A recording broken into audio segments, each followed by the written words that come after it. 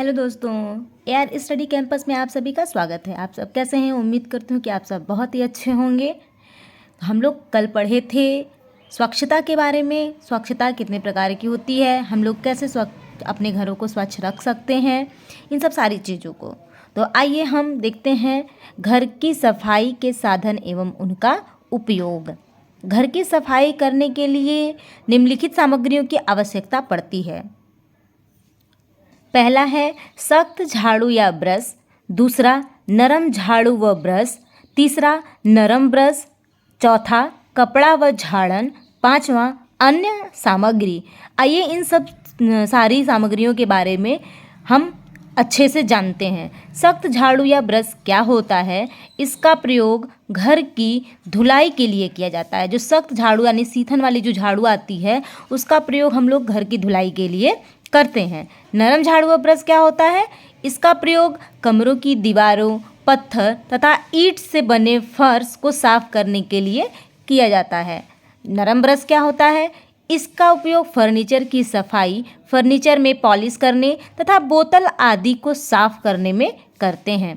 कपड़ा व झाड़न क्या होता है? इसकी सहायता से फर्नीचर तथा वस्तुओं को साफ किया जाता है। अन्य सामग्री क्या होती है? कूड़ादान, बाल्टी, मग, तसला एवं बर्तन साफ करने के लिए राख एवं साबुन, सोडा, फिनाइल तथा आधुनिक उपकरणों में वाइपर तथा वैक्यूम क्लीनर आदि। इन सब सारी सामग्रियों का हमारे एक छोटे से घर में होना बहुत ज़रूरी होता है। आप लोग देख सकते हैं इन सब सारे चीज़ों की जो चित्रात्मक है यह आप लोग को दिखाई गई है। ये सारी चित्र जो भी हैं ये हमारे घर के वस्तुओं को अच्छे से रखने और स्वच्छ रखने में सहायता प्रदान करती है। तो आइए हम आगे के बारे में जानते हैं। अब हम आगे बढ़ते हैं। सार्वजनिक स्थानों की सफाई का महत्व। पहले वो था घर की सफाई के साधन एवं उनका उपयोग, मतलब हम लोग जो घर की सफाई के लिए जो साधन उपयोग करते हैं वो उसके बारे में हम लोगों ने जाना कि कितने प्रकार के ब्रश होते हैं, कौन कौन से झाड़ू होते हैं, कैसे कैसे हम लोग साफ़ करते हैं, उसका क्या महत्व होता है, मतलब क्यों करना ज़रूरी होता है। इन सब सारी चीज़ों को हमने जाना। अब सार्वजनिक स्थानों की सफाई का महत्व कैसे किया जाए? तो सार्वजनिक स्थान का तात्पर्य ऐसे स्थान से है जहाँ पर प्रत्येक व्यक्ति बिना रोक टोक के आ जा सके, जैसे विद्यालय, धर्मशाला, नदी, तालाब व कुआं। ये सार्वजनिक स्थान है। जैसे विद्यालय में पढ़ने के लिए किसी एक की पाबंदी नहीं होती, किसी एक के लिए कोई विद्यालय नहीं होता, वैसे ही धर्मशाला होते हैं, किसी एक के लिए नहीं बनाया जाता। वैसे ही नदी होता है, नदी किसी एक के लिए नहीं होती। तालाब भी वैसे ही है और कुआं भी। कुआं का पानी सिर्फ कोई एक पर्सन नहीं पीता, बहुत सारे लोगों के लिए होता है।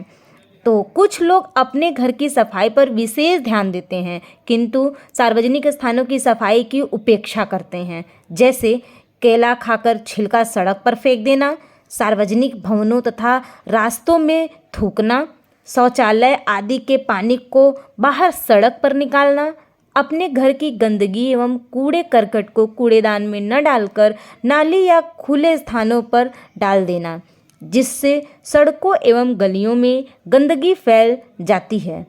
इस गंदगी से रोग फैलाने वाले कीटाणु हवा, पानी आदि के माध्यम से संक्रामक रोग फैलाते हैं। कौन सा रोग फैलाते हैं?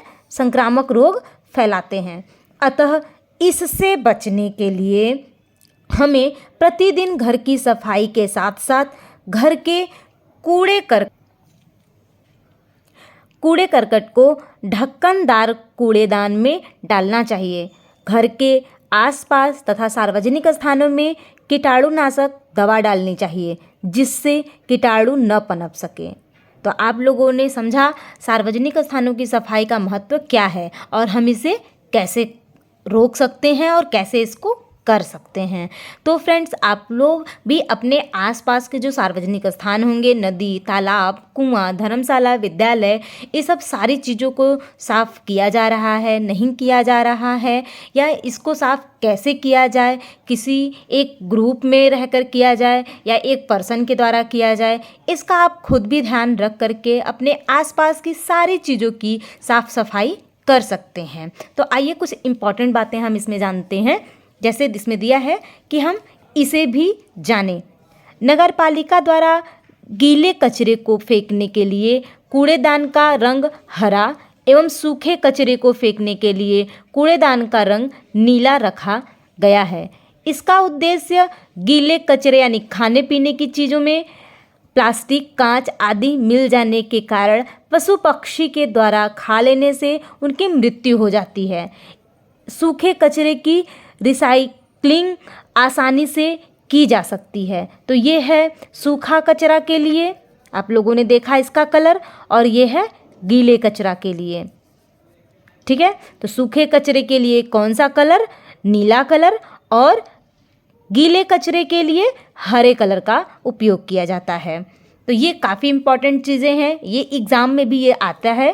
ठीक है, तो आप लोग इसको ध्यान से पढ़िएगा और इसको याद रखिएगा कि सूखे कचरे के लिए कौन सा कलर उपयोग होता है और गीले कचरे के लिए किस कलर का डस्टबिन उपयोग किया जाता है।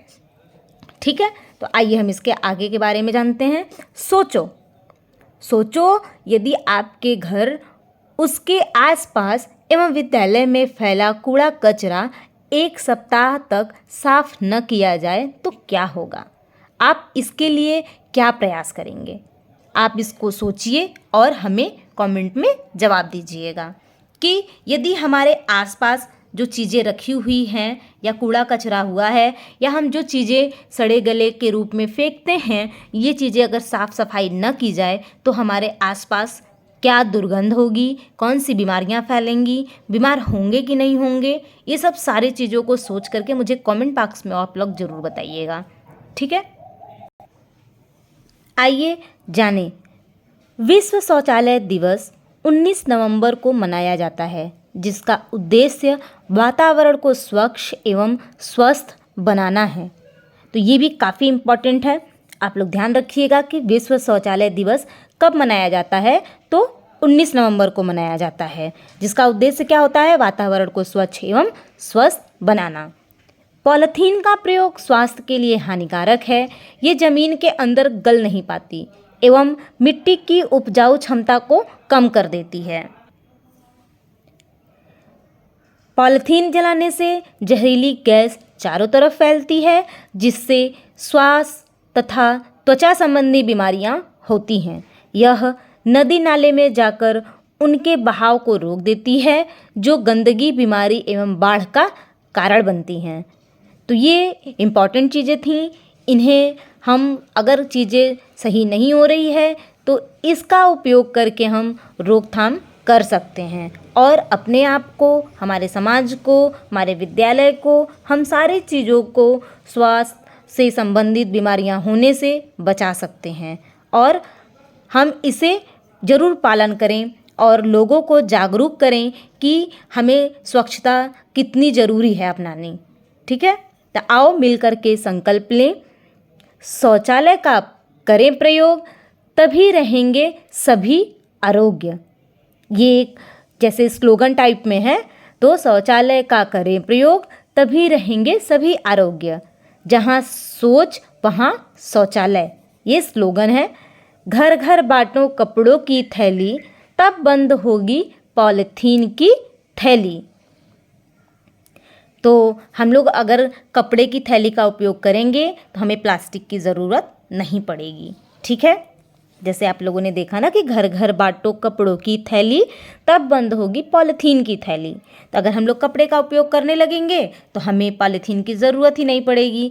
लेकिन सबसे ज़रूरी है कि हमारे जो समाज में गुटखा, सुर्ती, तंबाकू, ये सब सारी चीज़ें, सिगरेट, दारू, ये सब सारी चीज़ें, कुछ चीज़ों की प्लास्टिक की बनाई जाती है जो हमारे समाज में गंदगी फैला रही है। इन सब सारी चीज़ों का रोकथाम करना और शुरुआत हमें हमारे घर, पास पड़ोस, समाज से करना चाहिए, ताकि हमें अपने और भी आने वाली पीढ़ी को सुधारने का और स्वच्छ रखने का मौका मिल सके। तो यही पाठ को हम समाप्त करते हैं।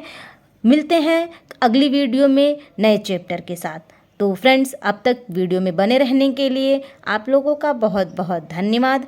यदि मेरी वीडियो आप लोगों को पसंद आती है तो प्लीज़ वीडियो को लाइक, शेयर, सब्सक्राइब ज़रूर करें। तो मिलते हैं नेक्स्ट टॉपिक के साथ। और हमारा गृह विज्ञान का दूसरा चैप्टर यहीं समाप्त हुआ और हम मिलते हैं अगली वीडियो में तीसरे चैप्टर के साथ। तो अब तक हम वीडियो के साथ विदा लेते हैं। तब तक के लिए बने रहने के लिए धन्यवाद। Bye bye.